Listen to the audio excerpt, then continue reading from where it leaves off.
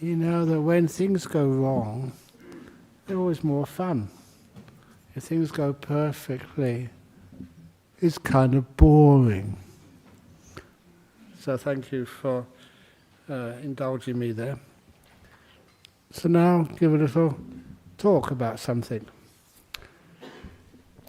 The talk this evening is kind of unmissable. Okay. The talk I decided to give this evening is on real happiness, bliss. I did mention it earlier, and I don't just talk about this. This is what I kind of practice. And it's what kept you going over so many years, as being a monk 50 years.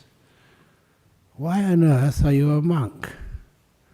Many people ask that question of me. Had a good education, fit, healthy, things were going well in my life. Why on earth do you throw that all away? I'm not throwing it all away.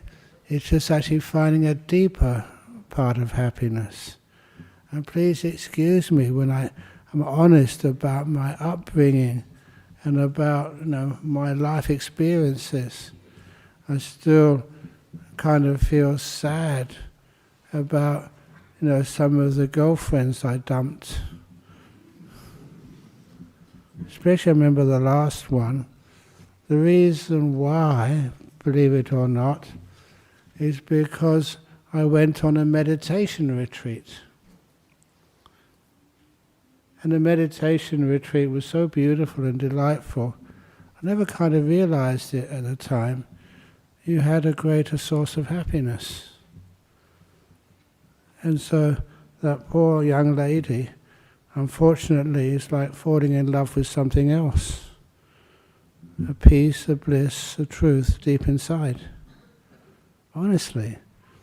And I never realized what was going on at the time, but after that first meditation retreat, basically there was no possibility of like a sensual relationship anymore. Kind of, you can understand that, there's a deeper happiness you'll find, more stable, more compelling. And even from that time on, you realized, especially when I started teaching, coming to Australia, that I was told to talk about Four Noble Truths.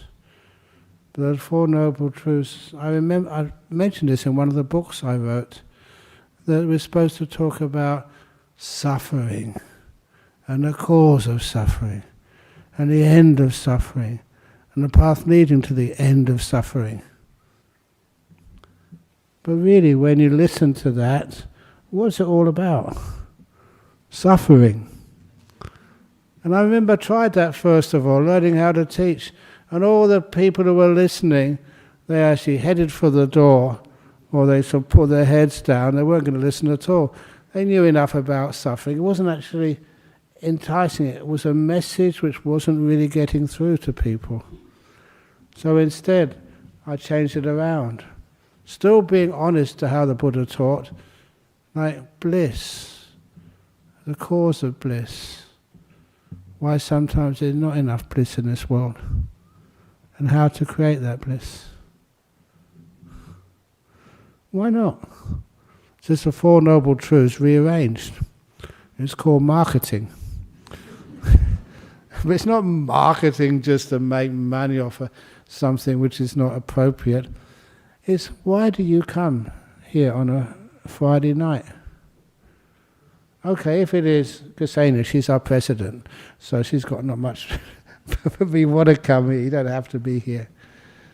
And the reason why you come here, I hope, is because some of these little tips which you hear, they make you become aware of some deeper causes of happiness and why, for some reason or another, we throw that happiness away. I just recalled as one of the very early monks who inspired me, I think it was Jnana Pamणika.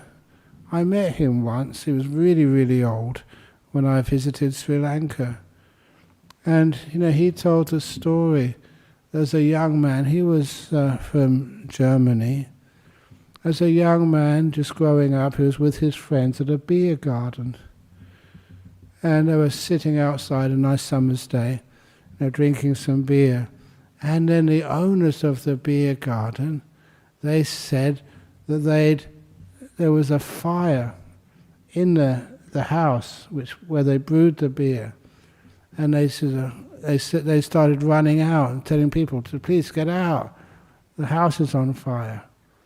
But many of this monk's friends, he wasn't a monk yet, just a young man, they thought, wow, free beer. So they ran inside the house to get free beer. And when so many of his friends were inside, the house collapsed. And these were the people he grew up with, the people he was friends, sisters, cousins, were killed. And he had to sort of try and dig them out and do whatever they could to save them. But it was such a really difficult experience to bear, seeing all of his friends die at such a young age, just because they were just wanting some beer, that's all. It was nothing evil. But then it turned out tragic for them, and they died. And things like that kept him as a monk for so many years, to actually all his life. Why? Because we find there are some happinesses in this life which are very, very uncertain. And certainly when I was young, I was told if you can get a nice career, then you won't be ridiculously wealthy, but you have enough money to have a safe family, have some kids, a nice house, and you'll be good enough. But then sometimes it didn't work out the way you expected. If it doesn't work out the way you expected, well done. Simply because it's teaching you something much more powerful. It's not just getting by like everybody else. It's much more than that.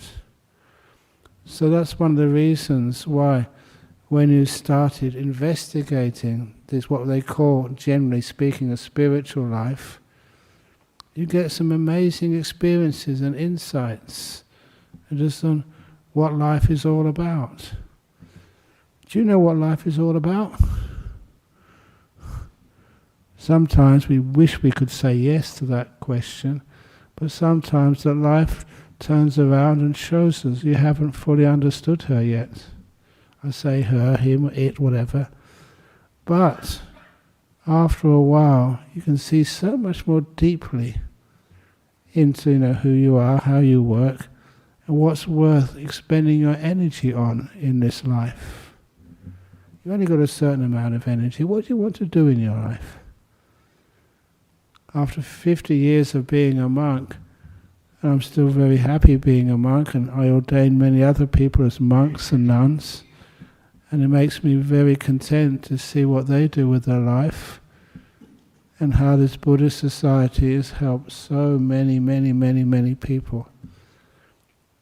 I don't know if she's here this evening, but this one lady, I mentioned it earlier in the talk before coming in here. I always give 2 talks on a Friday, one to the visitors out there in the reception area and one to you. But I wanted to share this story, not just with the visitors inside, but the people here. This lady, she came to see me, she had to see me all the way from Canada. That's the main reason she flew over here. She has a sister here, but the number one reason, she wanted to see Ajahn Brahm. Why? Just get a photograph, you can get a photograph on the net. You say you want to meet you? Why? You can just meet me anywhere. But what she wanted to do was just to say thank you. Because she had tongue cancer. And apparently what I said, I think her sister who lives here, just asked me to say a few words to her. Just, and record it and send it to her, on her smartphone. For once those phones were used smartly. And for her, it got her through the skin cancer. Skin cancer, the tongue cancer. And I remember she was showing her wrist. There's like a big sort of scar there. That's where they cut out some muscles or skin and made that into her tongue. And that's what she speaks with now. And actually to see her, and just to see just how wonderfully she had recovered from that. And she could speak perfectly. She was a GP before, she's a GP now again, she's gone back to work. And she was just so overjoyed how well these little teachings had worked. And she insisted on coming to see me. And she managed to do that. It made my day to actually to see how these teachings, they're not just theories. They're not just for people to argue over a cup of coffee. What I get inspired by is the fact they actually work. And whatever you're doing in life. And to see that was well done. How do they work? Why do they work? What is the meaning of life? You know, years and years and years ago, I say years and years and years ago because I've been around years and years and years, but I recall just being a help to another monk, another teacher who was giving a meditation retreat. He was giving it in the town of Oban in Scotland. Beautiful place, but a long distance from anywhere. And I was just sitting next to him, like Venerable Dayalu sitting next to me. And this lady came in for her interview, and she said to this senior monk, "I'll just come in here to thank you for saving my life." Not to me, but to this other monk, senior to me.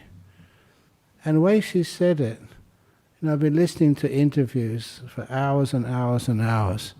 I really woke up. The way she said it, she was serious. It really meant something very deep to her. Emotionally, it had the loud sound of truth. And then, of course, I listened. What had he done? And for this lady, she was a student in some university in Middle England somewhere, and she had some emotional difficulties, like students do, and went to see the psychologist, for free, and they just gave her some Valium. And she'd been on that Valium for years. And she came on this retreat. She misunderstood.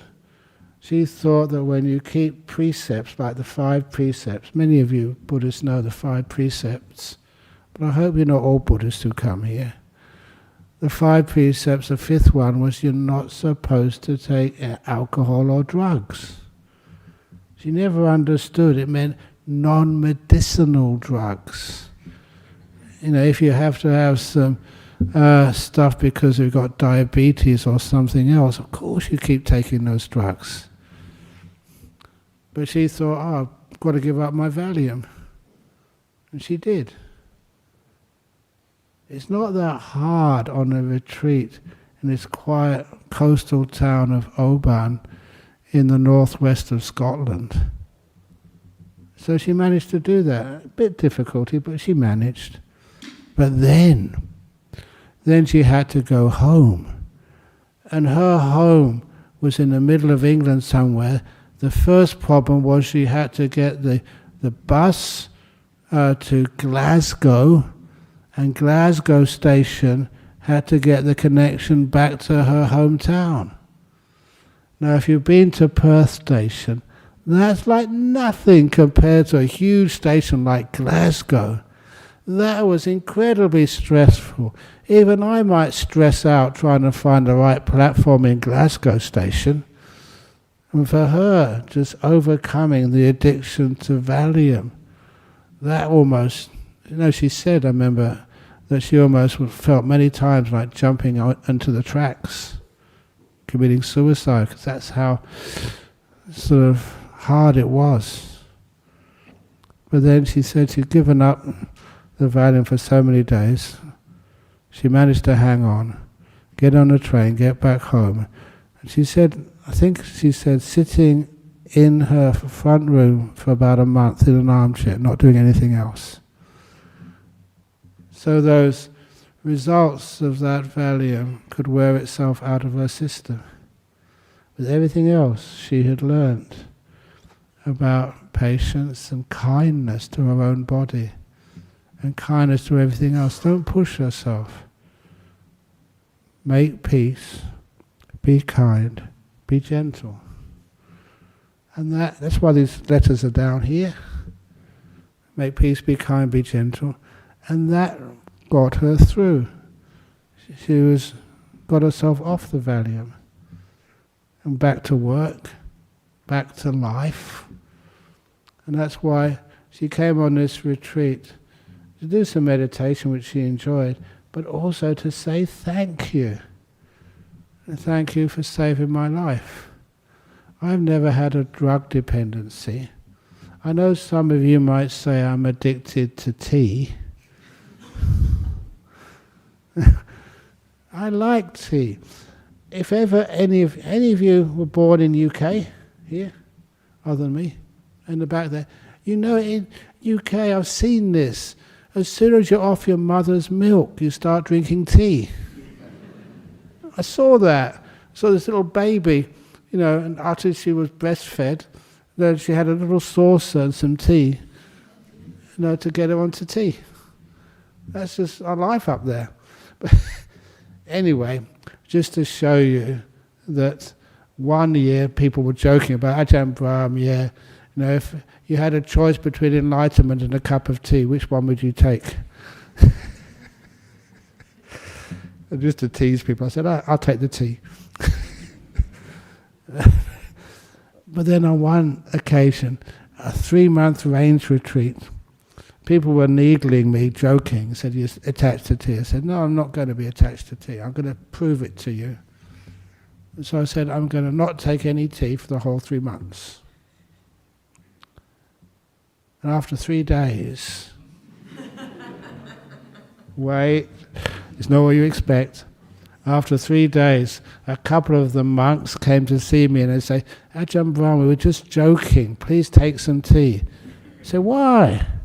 He said, because they were with another English monk years ago who made the same vow to give up tea.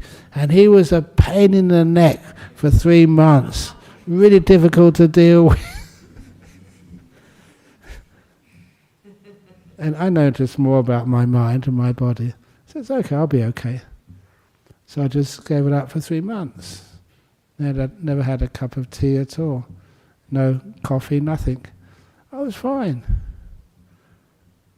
Sometimes through the power of meditation, it's amazing what you can actually do with any drugs, any, I'm not talking about big drugs, I'm talking about tea or coffee or whatever. You've got another angle to your mind. You can know how to overcome the problems and difficulties in life. And a lot of that is just having happiness in other areas. Please, in your life, you will have some very difficult things to deal with. But when you do have difficulties and disappointments in your life, please don't abandon the happiness which is out there for everybody to drink in as much as you like whenever you need it. You know, the sunsets, just watching the animals in the forest, watching the sandalwood trees grow in the forest. There's so many little things you can spot and watch.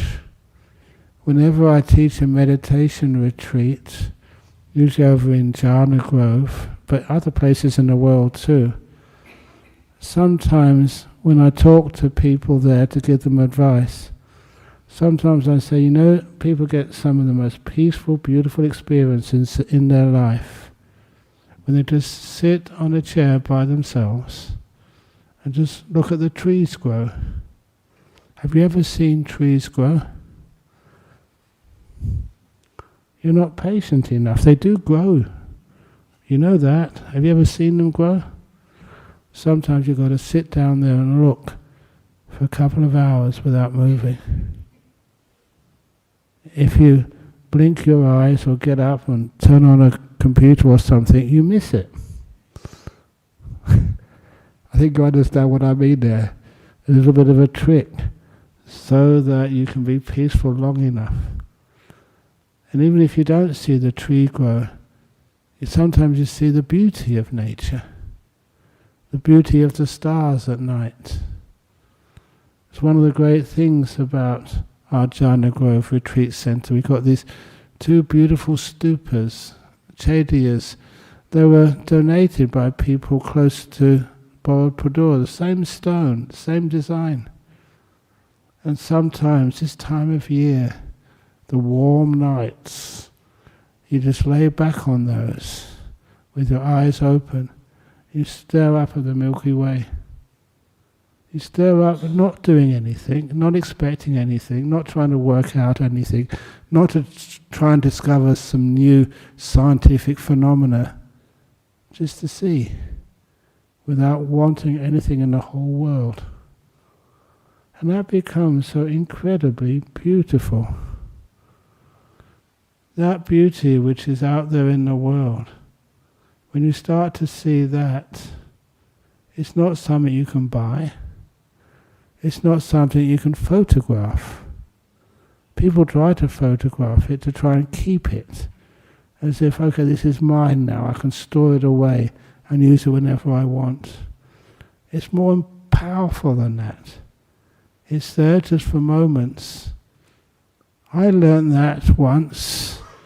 Actually, the time I learned it, and I made sure I never forgot it. When I was about 20, I went over to India. This was many years ago. I'm 73 now, over 50 years ago.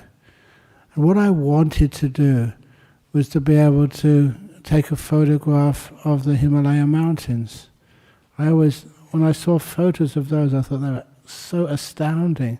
This whole range of mountains on the horizon. And I had a small camera which I brought with me from UK to India.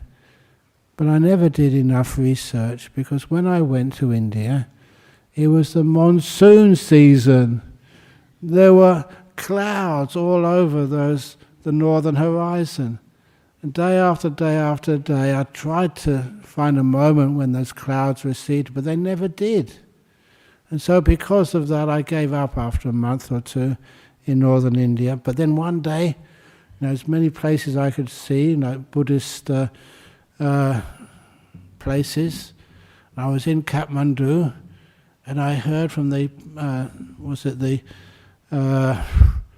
youth hostel there, that there was a postal bus which would go up to the north of Nepal every day.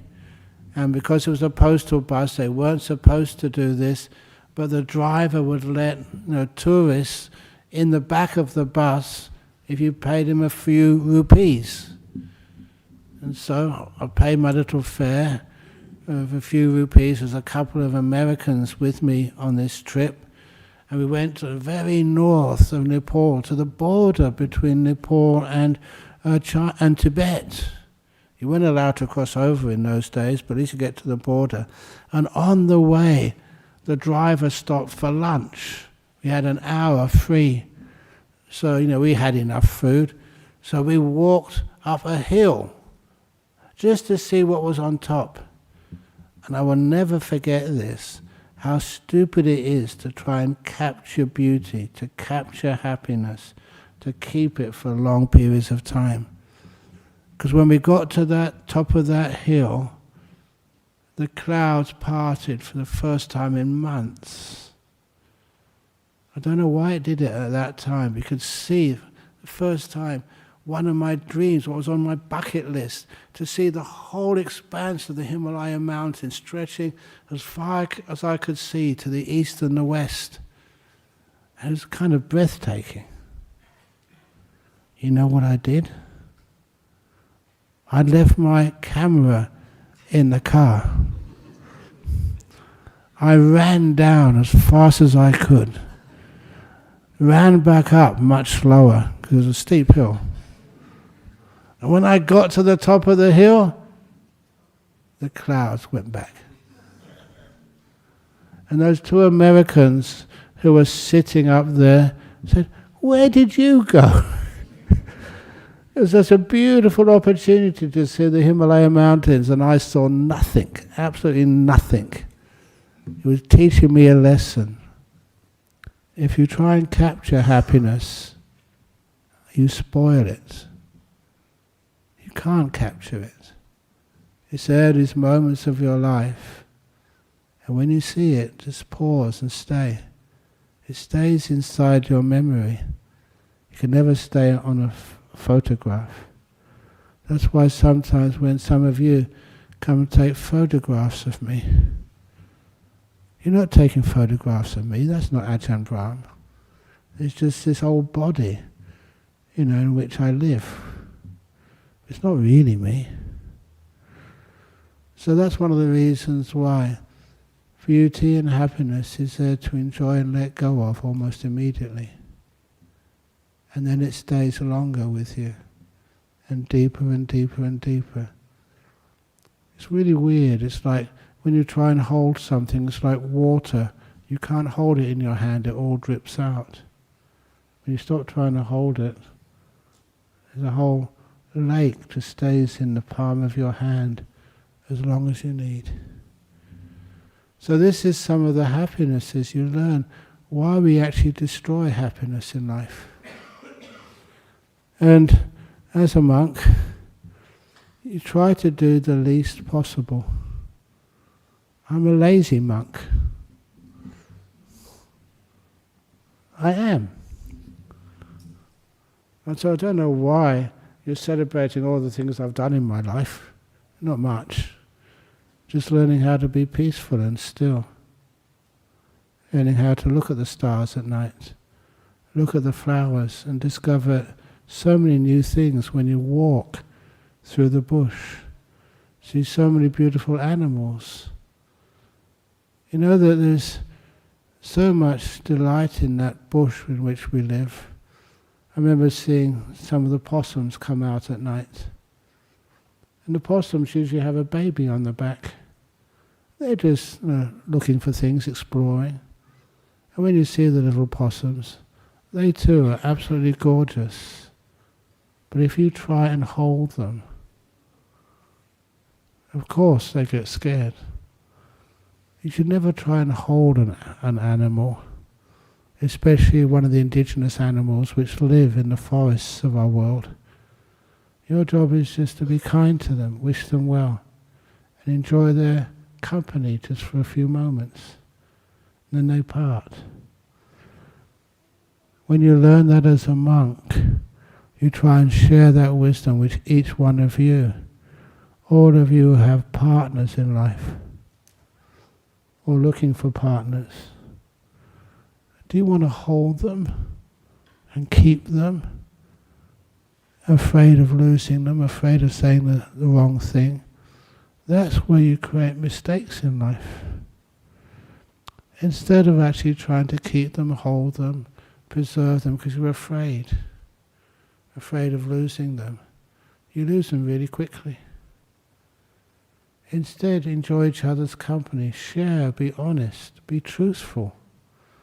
That's one of the other things, but people are so scared in life, they're very rarely truthful. As a monk, I've got nothing to lose. That's why you tend not to be afraid at all. So that's why you can stay with even what sometimes people call dangerous animals, like snakes. I was telling somebody today, one of my favorite animals when I was in Thailand was the tarantula. Just mentioning that word and people get afraid. But the tarantulas, they don't harm you. I remember these, in a hot season over in Thailand, the tarantulas, there's a whole big family, a couple of families, almost like a clan of tarantulas. And they would live in the roof of my hut. And every now and again you'd be meditating. Because it was so hot, I'd only have my lower robe on, but from here upwards I was no clothes on at all. It's only myself in the hut and the tarantulas. And sometimes they would fall on you. They didn't do it on purpose. It was hot and they were getting a bit sleepy is what I reckon. They'd fall and you go, blah, blah, blah, blah. It was really delightful. It was kind of ticklish. So I was very happy for them to please come and fall on me again. And they're really big spiders. Are you afraid of spiders? I didn't know at the time, but apparently that if those spiders they actually bite you, you get superpowers.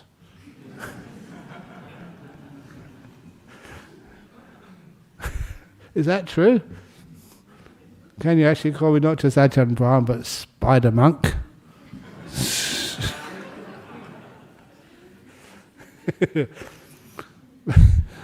But anyhow, you kind of love them. They're your friends. You shared your hut with them. And you never hurt or harm them. And that was kind of the beauty. Instead of looking at life with fear or trying to capture it or trying to escape from it, or like somebody said today, asked me the question, what about pest control? Ajahn Brahm, what is your views on pest control? And I told them that please don't try and annihilate your husband.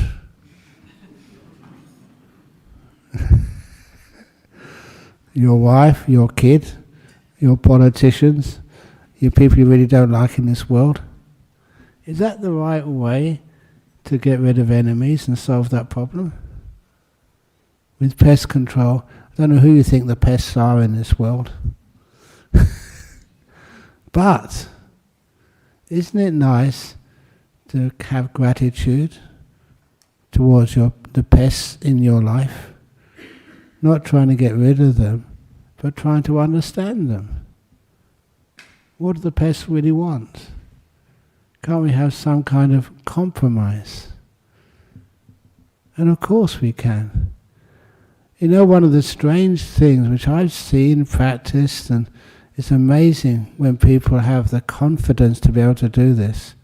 If there are any pests in your life, like ants, if there are such pests in your life, talk to them. I don't mind saying this. Please don't lock me up being a crazy monk. But I remember just talking to this big ant mound outside of one of the huts which I built over in Bodhinyana Monastery. There's a big mound of ants, and you're not really supposed to build a hut where it's going to impede on things like ant mounds. That's part of our Vinaya rules. But there was no other place to build this hut.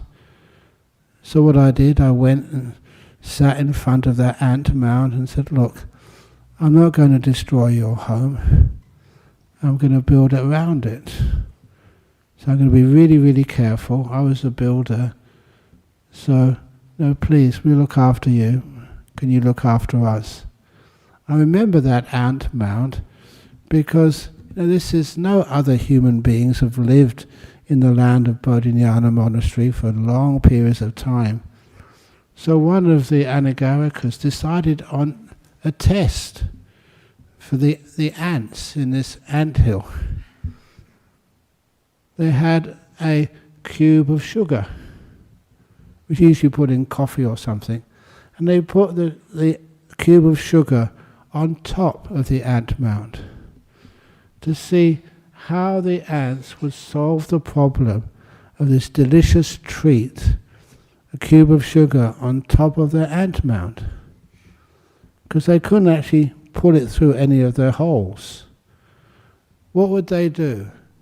Would they actually just go up and just put it apart, and then when they kind of put it into small bits and then put it into their anthill?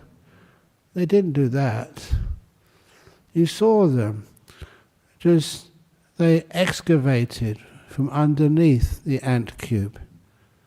And day after day it grew a little bit lower as it went deeper into the anthill, until it got so, the anthill didn't get bigger or smaller, until it got just right underneath the top of the ant mound, and then they covered it over afterwards. They excavated it. That was incredible engineering. I think human beings wouldn't be able to do that. That's actually how they dealt with that. But anyway, one of the things you notice, you got respect, for these little animals you shared the forest with. And for me, I would always include them in the chanting when I was building this. They went on their paths through the forest, and I was built around those paths. And this is an A-frame hut built on little stumps. And all that time I lived in the hut, the ants, they just went around it. Had this beautiful sense of harmony and peace. We never interfered with each other at all. When I got up in the morning, I'd always make sure I never stepped on any of their tracks. Extra care. And those ants never came into the hut at all. Then, one of the other people staying at the monastery, we had a tractor which we used to take big loads of wood away. And because they weren't mindful, they drove one of those wheels over their ant mount. I can't get angry, but I was really disappointed and told them off. What did you do that for? It's only an ant mount. There's more than that. It's kind of my ant mount. I had made some contact with them. And from that time on, they came into the hut. If you don't look after what people call pests, the pests don't look after you. And they'll give you so much trouble. One of the other stories with pests, which I kind of like, there was one of the forest monks in Thailand years ago. He told this story, absolutely true, that he was what we call like the Tudong monks. That idea of Tudong monks is another beautiful tradition which we would love to keep here in Western Australia, but it's the lay of the land doesn't really allow it that easily. The Tudong monks, you take everything you own. It's usually just a bowl and a robe, and you walk, taking everything you have with you. After 5 years basic training in Thailand, it was my turn to be a Tudong monk. And I had all I needed was on my back. Not in a rucksack, just a bowl. There was a mosquito net umbrella, which you had to have, and a few other basic things for life. And the wonderful thing about that, you could go anywhere, in Thailand. People have done this in Sri Lanka too. Anywhere in Sri Lanka, it doesn't matter what part of Sri Lanka, up the north, up the east, the west, the south, everywhere. And people will always feed you. They don't have to be Buddhists, just because they're kind and you're kind to them. And so, when I was in Thailand, you could go anywhere you wanted in that land, just walking. And the lovely thing was, everything you owned in this world, nothing was allowed to be stored anywhere. I had my passport, had my bowls, how I could get food. Just had a robe, which I used as a pillow at night time, and another robe to over me to be my bed sheet. Had everything you ever wanted in the world. It was so small. What it taught me is just how little you really need in life. There was never any just in case. That just in case never made any sense to me at all. Sometimes we have so many possessions, so many extra goods, and it's not just in case. It doesn't help us. It makes it really hard for us to store everything, wherever you have it. And even these days, whenever I go travelling, which I often do. Where's my suitcase? When I go overseas, this is all I take. I really love that when you come home and then you go through the Perth airport. A lot of times, they say, "Sir, have you collected your baggage yet?" "Yeah, it's here." But they get to know me now. I was just that crazy monk. But they always let me go straight through. Although sometimes they have a nice conversation. Sometimes they come up and say, "Ajahn Brahm, are you giving the talk tonight?" A lot of the people who work in Perth Airport, they come here. "Is anyone here from Perth Airport this evening?" "You can confess, it's okay, I won't dob you in."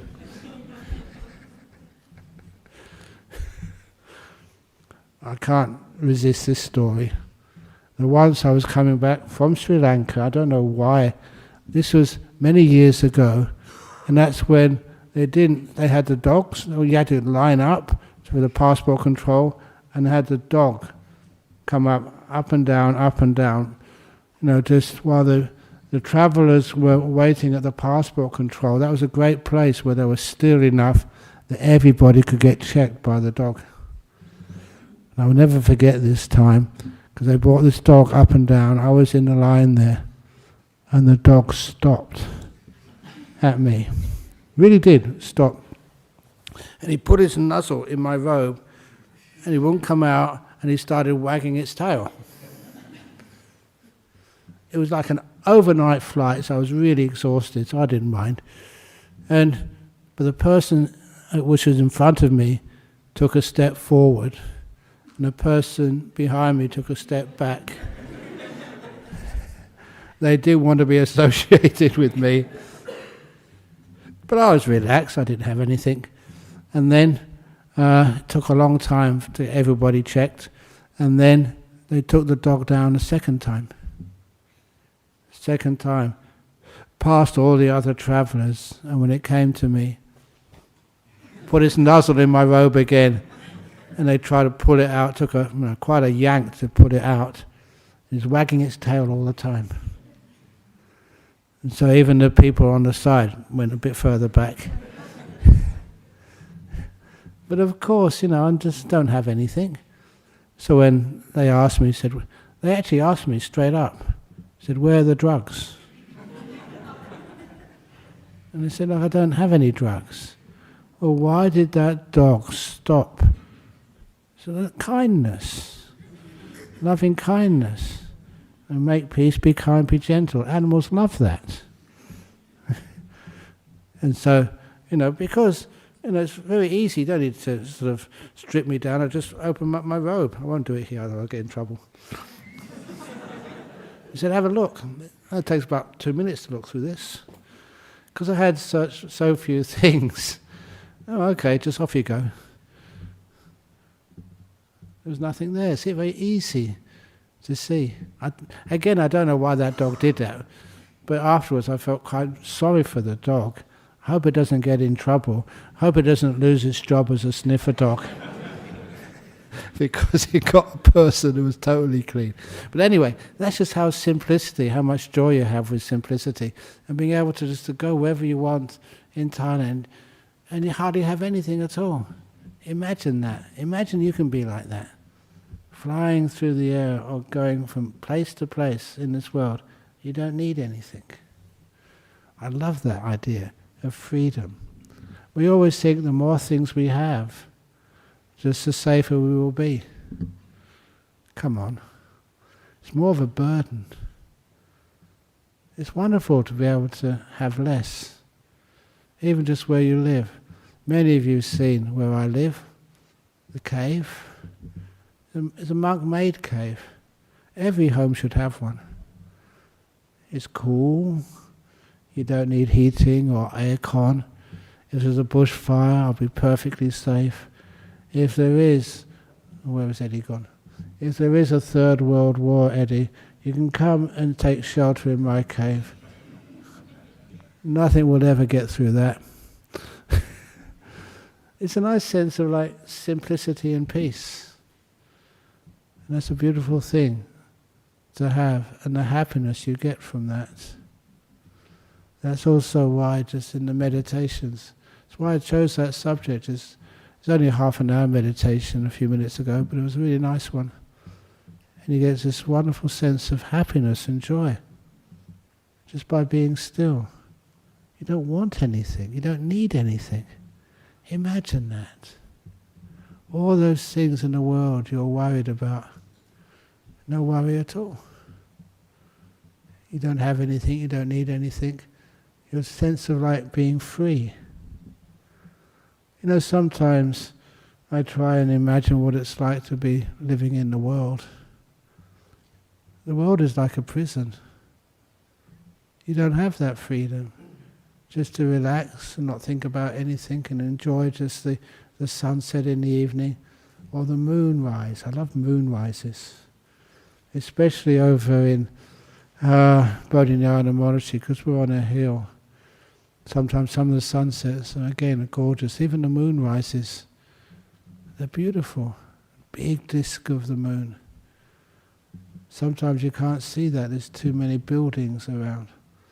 When there's hardly any buildings, or you're up on a sort of a ridge, it can be so gorgeous. What beauty have you enjoyed today? This week? If you can actually just linger on that joy, it doesn't matter who you are. You don't have to pay for it. You don't need any electronic equipment for it. It's just there, free for everybody. Any race, religion, gender, any disabilities or lack of disabilities, you can all experience the beauty in this world and the freedom. I don't know if I made the point strong enough, but if you've got so many things, you can't enjoy that beauty. Too many possessions. If you're in your house and it's a big house, you never go outside. How can you see the sunrise or the stars at night when you've got so many lights around your street?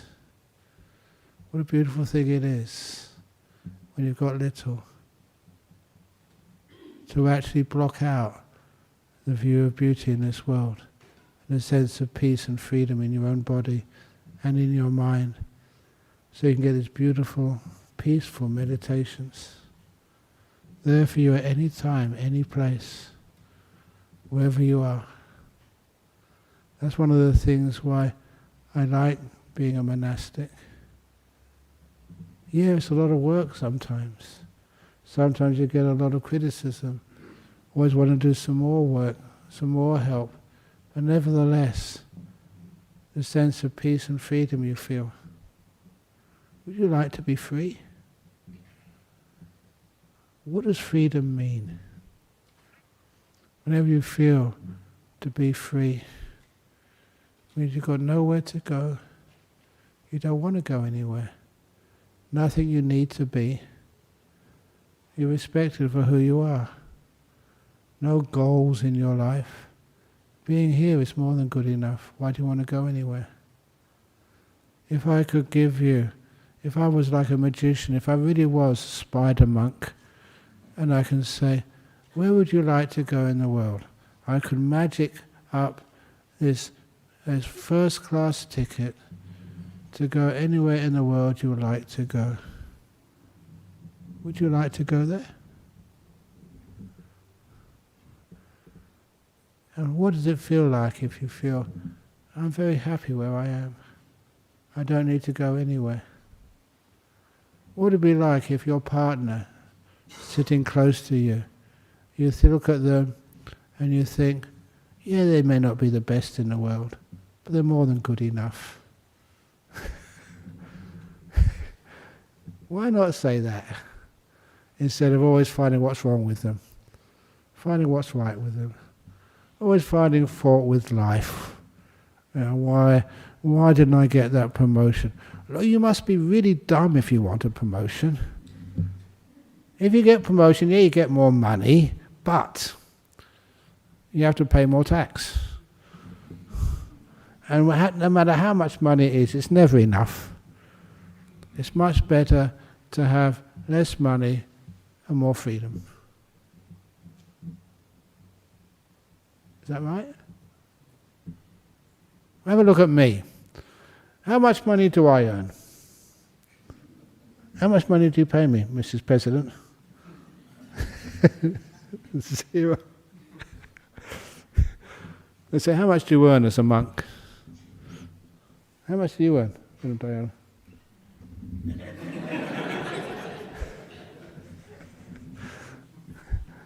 What we earn is, when I give a nice talk, I look at you and all the smiles, that's what I earn. That's my payment. You're creating some happiness in this world, giving that happiness, that joy, that sense of freedom to others, so you can enjoy for nothing at all, just a bit of fun, a bit of beauty, and a bit of happiness. So you don't need to go keep looking for another partner in this world. What you got is good enough. I'm going to finish off just with one little story. There was a couple of, I can just checking they're not here. There's a couple of Thai girls years ago, and they were sisters. You know, an elder sister, younger sister. And the elder sister, they wanted a bit of marriage counselling. I'm really good at marriage counselling. I've never been married for 50 years. Never been married, actually. But nevertheless, they came up to me, and the first one said that they were having difficulties with their husband. Really difficult to live with. And so, fine, I gave them some advice. And basically, they wanted to get divorced. And then, the younger sister, she was trying to find a partner in life. And every time, she was going out with someone for maybe a month, then it all fell apart. It all went wrong. And so she was single again. So she was asking me some advice how to not just get a guy, but to keep him. She was really wanting a partner in life, but could never find one. Her sister had a husband she didn't want. Exactly, that's what I thought. Come on, you're sisters. You grew up together. Your older sister's got, a used husband. Why can't you swap? To a monk, that's logical. But not to them. But why is that? What you don't have is what you want. And what you want is what you don't have. Isn't it nice just to be content with what you've got? Not the best, but good enough. Your job, not the best, but good enough.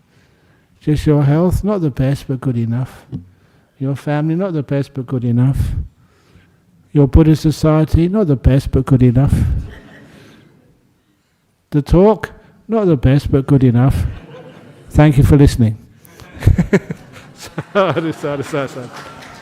Okay.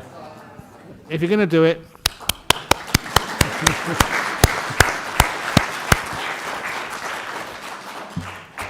Okay. Now we usually have the questions, comments, and complaints.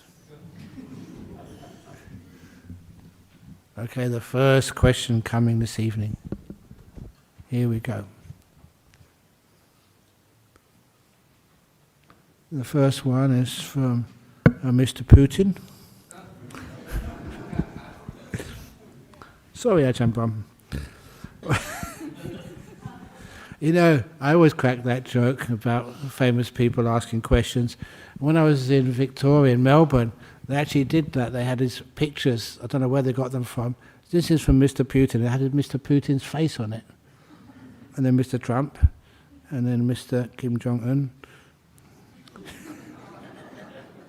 I'm going to be in big trouble one day. What is your recommendation for a mind burdened by anxiety which imagines all kinds of worst-case scenarios could most likely happen. War, horrible sickness, death, Donald Trump, etc.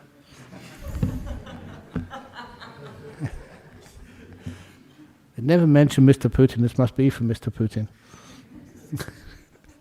No, first of all, please, if you imagine all those worst-case scenarios, please write them down and let me keep them for a year. And if the world doesn't end, whoever wrote that will have to become a monk. No questions answered. And if it does happen and the world does end, then don't blame me because I won't be here if the world ends. Basically what that does is to show you that most of the things you're afraid of do not happen at all. What you're anxious of never happens. It's usually something much worse. Nothing happens at all. And anyway, it's amazing. It gives you a nice little test. There's always ways and means to deal with it. But the fear itself is what needs to be afraid of. A lot of times you notice what you're really afraid of doesn't happen. For example, are you afraid of aircraft explosions? It's very rare to have an aircraft explosion. When was the last time there was an aircraft explosion where many people died? Do you remember?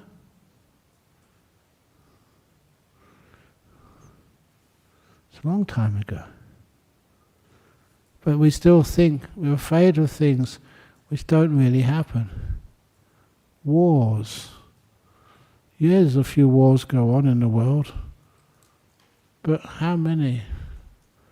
More people die through drug abuse than wars.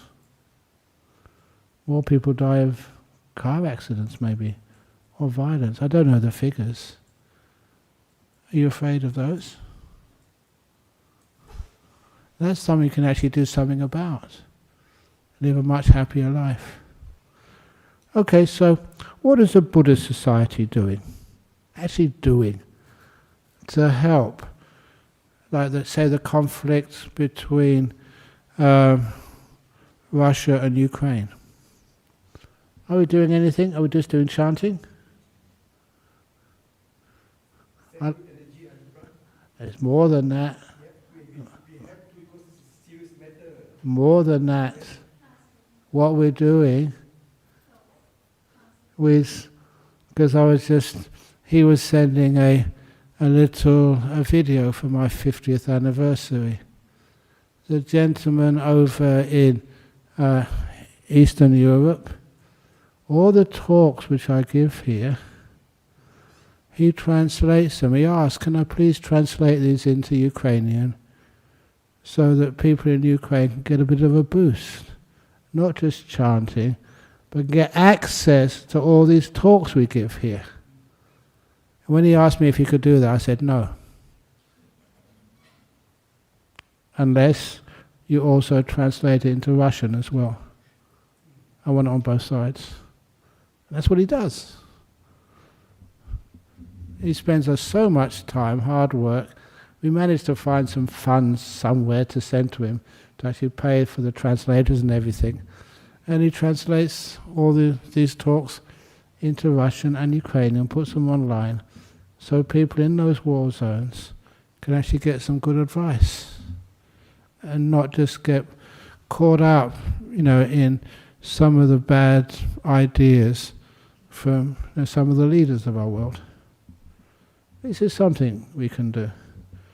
And that's one of the things I'm very proud of doing, saying no unless you do both, the Russian and the Ukraine. And everybody else in this world. If I had the possibility of actually sending these talks to the politicians in the United States, I'd only do that if it was given to the Democrats and the Republicans. I don't want to make separations of one side or the other. Otherwise, again, it doesn't work. You don't want to blow up one side. You don't want to blow up any side. That's what I call pest control. Talk to them, and then they find that there's always solutions if you can talk. Oh, and that actually a question from the United States. What is the best way to deal with people who try to motivate you with shame? Don't do this, you should be doing this or that. How do you deal with it internally and externally? If that's from the United States, whenever I went to the United States, they say this is the country of freedom. When anybody claimed they're free, you just really doubt them. The real freedom is you respect a person no matter what their view is. And if someone's got a gun, you learn how to run fast. I shouldn't have said that. But try to motivate you with shame. Please, be careful not to confuse making mistakes with being ashamed. We all make mistakes, and when you do make a mistake, please, what should you do with mistakes? Be ashamed of it, hide it, try to convince other people that it wasn't a mistake after all. Whenever you make a mistake, do a silly thing, always admit it. Let people know. Sometimes my mistakes are very funny.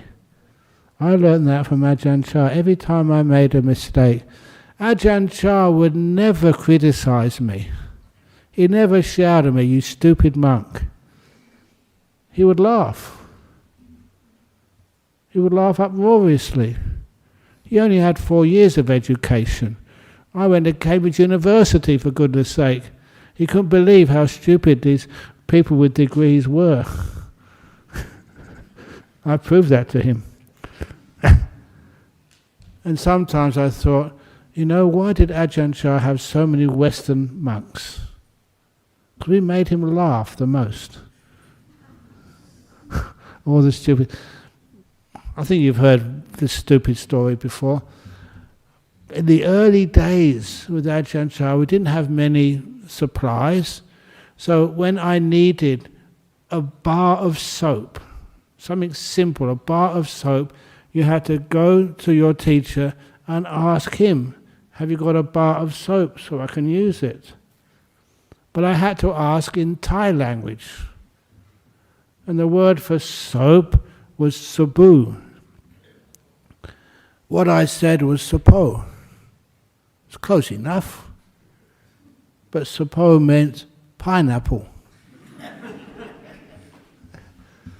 So what my teacher heard, I wanted a pineapple.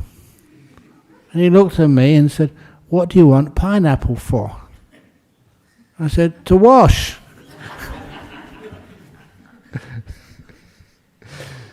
And he laughed at that joke for months. Always telling the visitors, these Westerners and these very highly educated people from UK, they're not like us.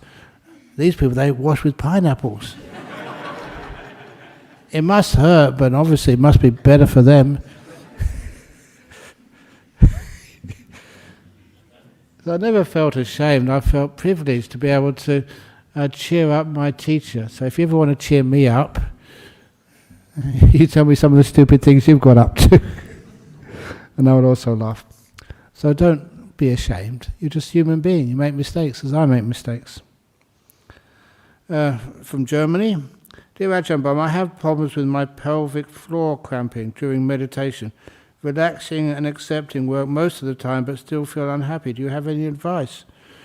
I've never had that experience of pelvic floor collapsing, but nevertheless, see what the doctor says, if you possibly can get something to support the pelvic floor, or use cushions or chairs or something. There's so many people doing meditation these days. I'm really, really, really surprised and disappointed. There's not more high-tech meditation cushions. I always mention this on retreats.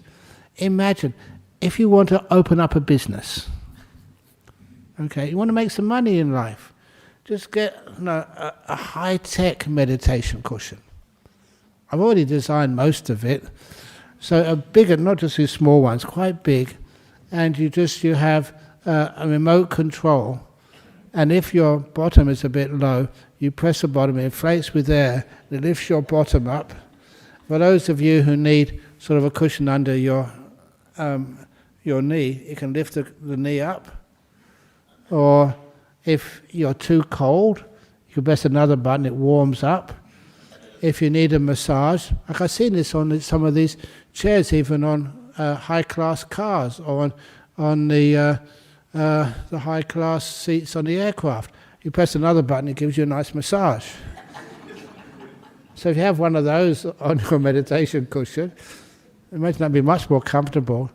And also, because sometimes the people they come to meditation, they're a bit tired, press another button, and then you have the menu comes up of the different types of coffee you can get, and it actually comes out at the bottom. You've got your cup, and on the meditation cushion, you've got some water there, some coffee or some tea, whatever you like, and that can come out too, so you never have any problem with sloth and torpor. High-tech meditation cushions. Would you like to buy one? Christmas time? Waisak? So anyway, that's one thing you could try and do, and can overcome some of the problems with physical problems. You don't have to sit cross-legged. I do that because this is literally my most comfortable position. You know, sometimes you wonder on aircraft, I would love to be on an aircraft where you can just sit on the floor. They don't allow that. You have to sit on a chair. That was torture for me the first time I did that. 7 years I never sat on a chair at all in Thailand. And then when I went to visit my family, it's on Philippine Airlines, sit on a chair in economy class, and that hurt like hell. If I was flat on the floor, I'd be fine. Imagine how many more people can get in an aircraft if they just sat on the floor. And just an ordinary aircraft, you can have two levels. Anyway, next question. What is the right way to let go of something painful when I meditate? How can I find peace? I'm 73. Me too. Sick. I'm not. And want peace. How can I let go easily and find stillness? How to let go is to be kind. How do you be in the present moment? Be kind to the past. Be kind to the future. That's the main trick, to let go of past and future. Be kind to it first. I'm over time, so I better do the last question now. Tim from United States. Does reminiscing to nostalgic experience of past make it more bitter or sweet? You know, because it's 50th anniversary and people ask me all sorts of questions, what I really did in those old days. What was it really like with Ajahn Chah? What's it really like building monasteries? Come on, Ajahn Brahm, be truthful. No. You can't be truthful about the past. Because so many years have gone past, you cannot remember what really happened. You just kind of make up these stories. I remember some of the things, many of the things were true, but many of the unpleasant things, I don't know, they disappeared. You have let them go. So if you are going to be nostalgic, remember the past, remember the nice things about the past. If you're trying to remember about your partner, remember all the nice things about him. If you're going to be nostalgic about your mum, remember all the nice things about her. Or you say yes. Forget about the rotten things she did. And that's the same with everybody else. If you want to remember the nice things about Ajahn Brahm, remember all the funny jokes, not the bad jokes. Okay? And then, if you remember about the beautiful things in life, you find there's hardly any conflicts. That's how to overcome the wars in life. Remember the beautiful things which people do and the kindness which they give. I don't know how you can differentiate between this soldier and that soldier. They're just human beings, maybe speak different language, but they feel the same amount of pain when they get a bullet in them. The blood is red no matter what country you come from. And everybody has the people they love and care for, and people who care for them and love them. It makes no sense. I know, okay, last story, I promise. When one of Ajahn Chah's disciples, had to go into the army, it was like conscription. And he said, what should I do? I'm going to join the army next week. And Ajahn Chah said, make sure when you go on the firing range, you train so you're a good shot. I said, why? So that means you can always shoot over their heads. If you're a really good shot, you'll never kill anybody. But if you're not a good shot, who knows where that bullet's going to go? It's kind of good advice. That used to... I'm really lost. Story. I remember reading this in a book once. They said one of the hardest things which generals had to do was actually to make sure that their soldiers actually shot to kill. Because most soldiers would never shoot to kill. They had a gun, but they would always either not pull the trigger or, shoot in a different direction, even if it meant they had to die. And just senior military officers knew that. So they would always try and demonize the enemy. Make them just, these are really cool, they haven't really got a heart, they're not the same as us. They're just not worth anything. Please never let that happen. Please make sure that every human being is treated like a human being, regarded as a human being, no matter what country they come from, no matter what age, what gender, affiliation, whatever, no matter what religion. They're human beings. They deserve respect. When you respect the other, a lot of wars can't happen. Who would go to war? Dictators only have the power that people give them. We refuse to give them that power. They can't do anything. Thank you for listening. Thank you.